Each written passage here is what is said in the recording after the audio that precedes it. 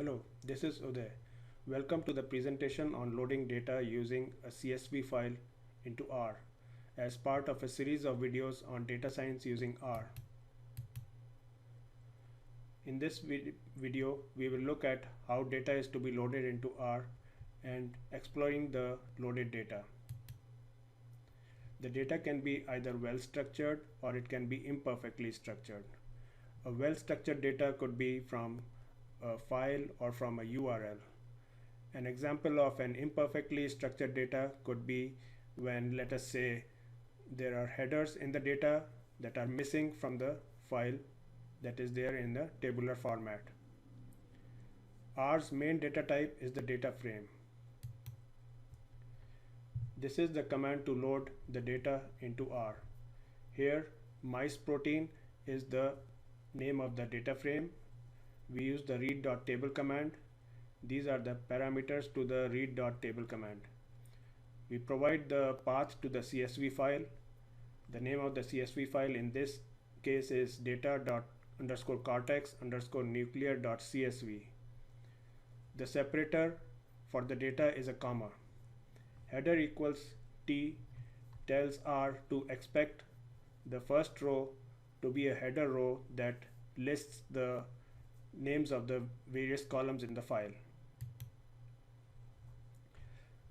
These are the few of the commands that are used for exploring the data. The class command tells the data type of the loaded object.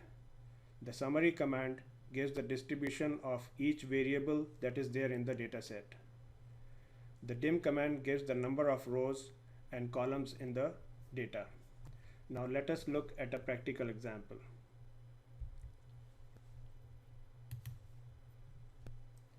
This is the command that I listed in the PowerPoint presentation. So now the data is loaded into the data frame by the name of mice protein.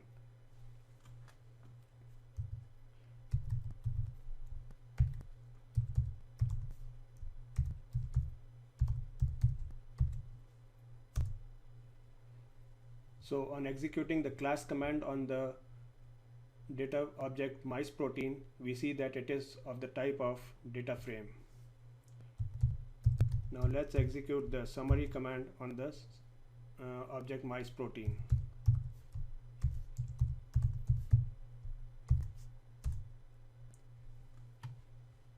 As you can see, this gives distribution of all the proteins that are there in the data set.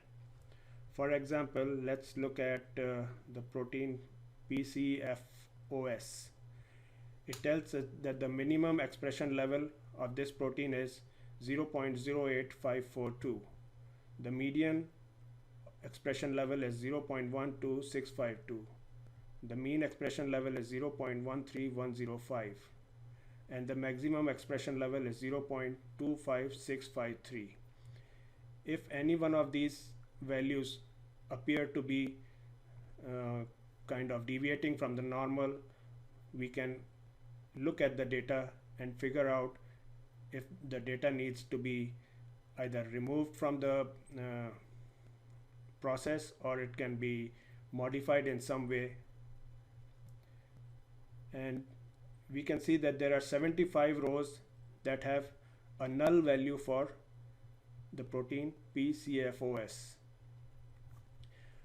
As part of the exploration of the data, we can either decide to remove these rows with the null values, or we can populate them with a 0.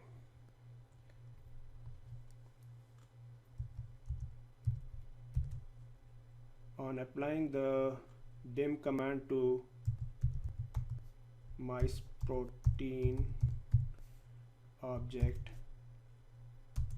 we see that there are 1080 rows and 82 columns, which is what is expected.